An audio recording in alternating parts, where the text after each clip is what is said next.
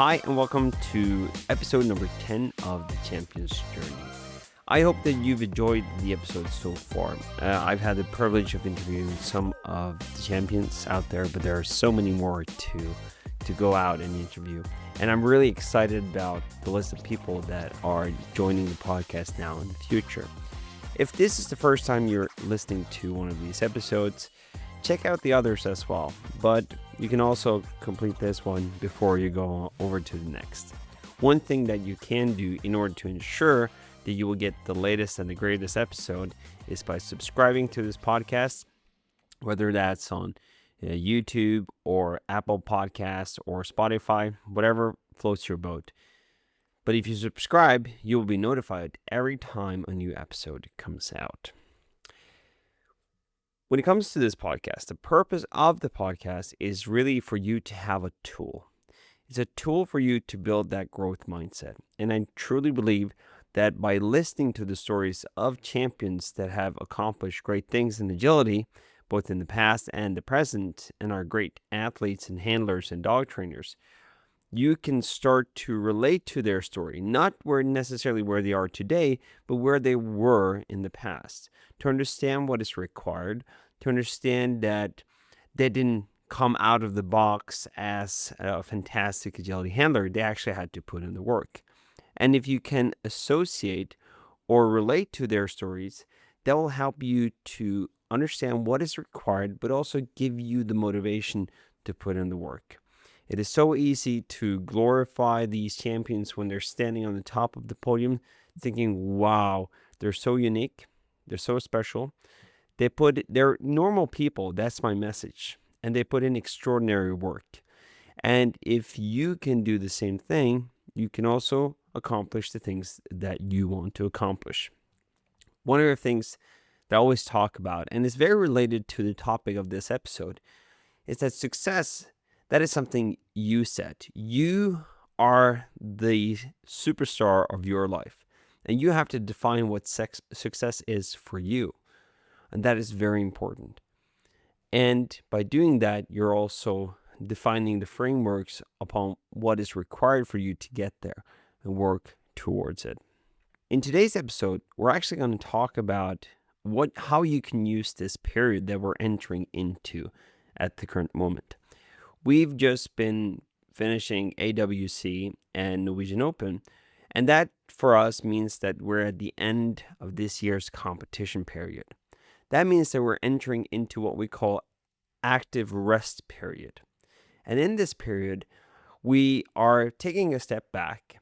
We're not training specifically agility or joining any competitions, but we are enjoying time together with our dogs, walking in the forest, reflecting on the year that has passed, and then starting to lay the foundation for the coming year. And I wanted to talk about that because when it comes to performance, a lot of people think that you have to be at peak performance every single day, 365 days a year, in order to become great. But that is not necessarily possible. There are periods where you need to be in a very good performance state, but it's not possible to stay there throughout the whole year. That's why we divide our year into different periods.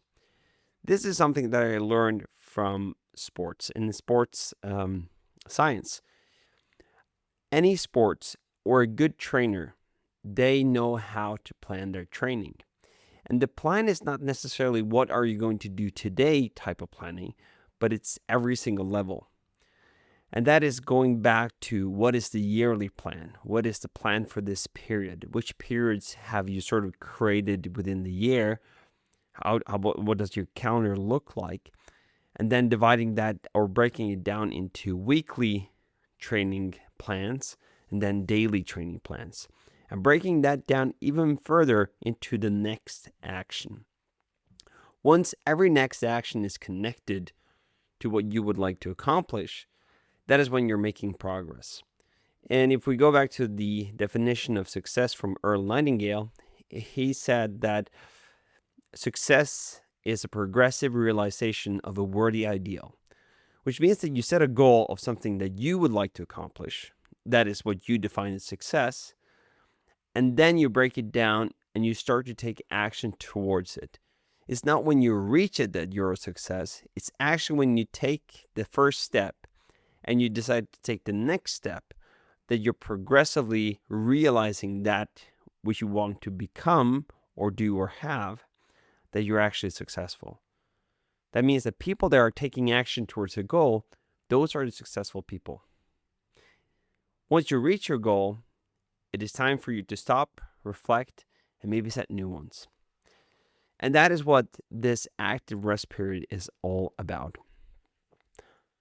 So in this period, we ask ourselves, okay, let's look back throughout the year. What went well? What did we do really, really well? And we also set goals for the year. And we have to look at those goals, which are very specific, they're measurable. And we ask ourselves, how well did we reach our goals? And sometimes we really hit it. And other years we don't. And that's just a part of the game. What we do then is that we ask ourselves new questions like, what do we want for the coming year? And what other challenges are we facing? What challenges did we face this year that we might have to overcome in the following months? And what will be required of us in order to overcome those challenges? And as we go through this reflection phase, we're starting to figure out new ways of solving things. We're looking at new ways that we can improve, gradually get better at. It could be that we actually focus in on something that we're really good at, but trying to become a little bit better because we believe that by becoming better in that area, we will see an increase in performance. We also look at our plans that we made previously and how well we executed on those plans. And if we don't execute it well, we need to go back one step, not blaming ourselves or being harsh with ourselves, but trying to understand what are the reasons that we didn't actually accomplish those plans that we set. Because execution is more important than planning. But planning will, if you do it properly, it will help you to execute. It could be that understanding what the reasons are for not taking the actions will help us to make better facilitation so that we increase our chances for the next year. And it is also good to look at the plans that we did set that did go well. Why did they go well? And understanding that, because then we can most likely replicate the success in a different area or in a different category that we're trying to improve upon. Thinking and reflecting in this way takes a lot of work. It is not always fun, but it's such a great way to harvest all the things that you learn throughout the year and making sure that you can leverage that new knowledge into the following year. And that facilitates growth. And that growth is what you want.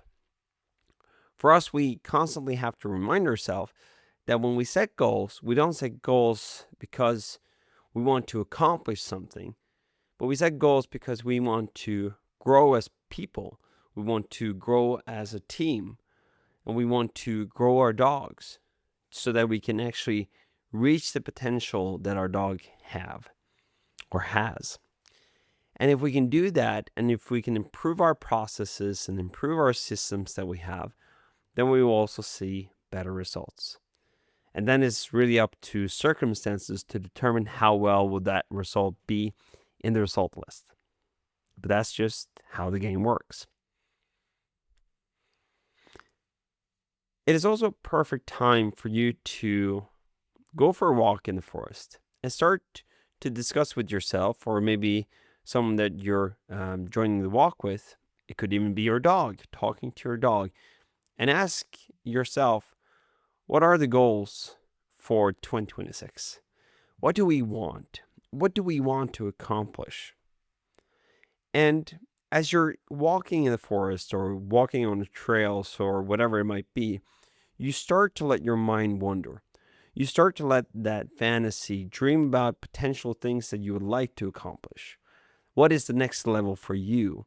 And imagining yourself being in that place, envisioning it, and almost like trying it on. And if you really feel that, wow, that would be fantastic to grow into that, then that should be your new goal. A common mistake that I see a lot of people do is that they set goals that are within their comfort zone. They are usually things that they have accomplished before. That could be one thing. And then it could be that they set goals that are just on the border of their comfort zone, but still within their comfort zone.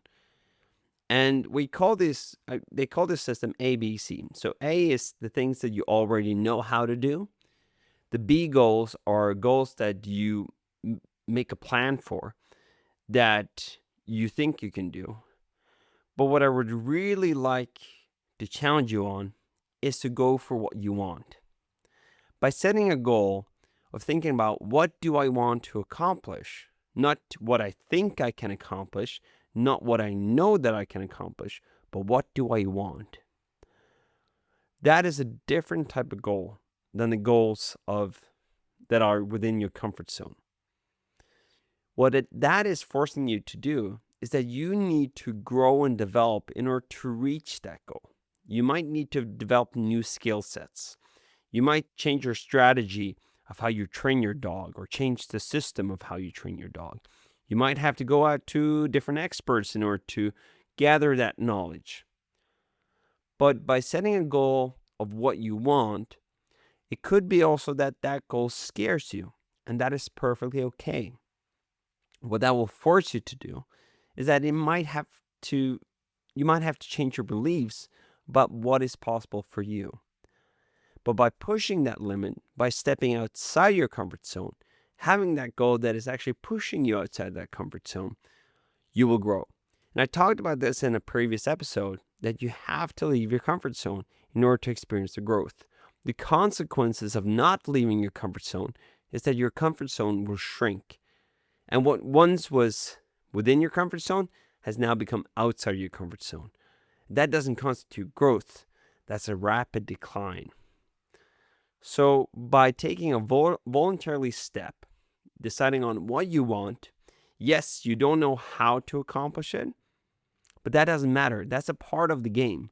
But you set a goal that is outside your comfort zone, and then you start to figure out how you can actually do it. You start to reach out to people that might have accomplished that before, or have that skill set that is required to accomplish it, and then you learn from them. And by doing that, then you're starting to put things into a system. So you actually go from what you want, which you could call fantasy or your imagination, but then you take that and you actually turn it into a project or a plan. And that plan, if you do it well, will enable you to take continual action towards that goal. And I want to share a skill set that I think falls within mental training, and that is learning how to plan. When I was studying sports science, when I was starting out with sports, I figured out that that skill set would really put me at a different level. I had a wonderful teacher that really taught us, and he was used to football players who usually show up to a training where they have a coach that has done all the work for them. They basically facilitated so that they only needed to execute what was in the plan. But for me, as a cyclist, as an individual sport, and not having a coach, I had to learn this myself. And that gave me leverage later on. Yes, there was a lot of work that I needed to put in initially, but later on, that skill set was extremely valuable. It starts out with you setting a goal, and you have to make sure that that goal is clear, that is not vague, is not getting better at agility, it's crystal clear. It could be something like, our completion rate has gone up from 60% to 75%, and 50% of all our runs are clean. That is very specific, and also it depends on where you currently are at, but let's just use that as a goal. That's very, very specific.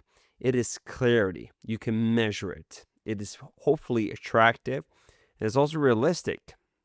You can set that for the year, like statistic within the year. So it's also time-based. So that's the SMART framework. But the purpose of the SMART framework is to create clarity. We talk a lot about that in dog training, that you need to create clarity for your dog. The same thing applies to you. Once you have that clarity, we need to figure out what is required for you to accomplish that level of performance.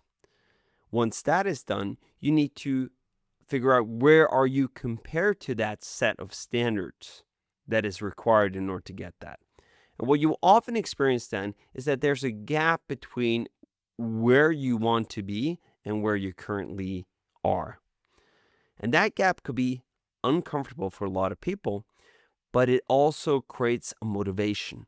It creates a motivation to change. And I shared this in the book, The Agility Mindset, the formula for change. That is having a vision, that is having some dissatisfaction. Then you need to have steps or a system, and then you need to have belief. But once you set a goal that is outside your comfort zone, and you map out what is required, and you figure out where you are, you have the dissatisfaction, you have the vision. The next thing that you need to do then is to create a plan, or mapping out the steps, or building a system. And that is what training planning really does. One of the things that I really recommend people doing, and this is the short version, but as figuring out what are the top 3 competitions during the year that is most meaningful to me. Knowing your top 3 competitions, those are the big pillars for the year. Everything is about supporting those competitions, meaning that the competitions before, let's say a tryout or the national championship, those are training trials. They're training sessions where you're training on competition, specific competition training. And that also gives you a different label that you can put on that competition as you go into it. But you set first the most important competitions, and that is really up to you. What are the important competitions to you? Then, once that is done, you also ask yourself, since agility people are attending a lot of seminars, you should ask yourselves, what are the seminars that I would like to go to this year? You look through the calendar and you plot them in. Then, everything else becomes training sessions or training competitions. And you start to make a plan, making sure that you don't have too much before those important competitions, so you have a rest period, but at least that you get enough experience so that you have data that you can use in between those competitions to improve your skills.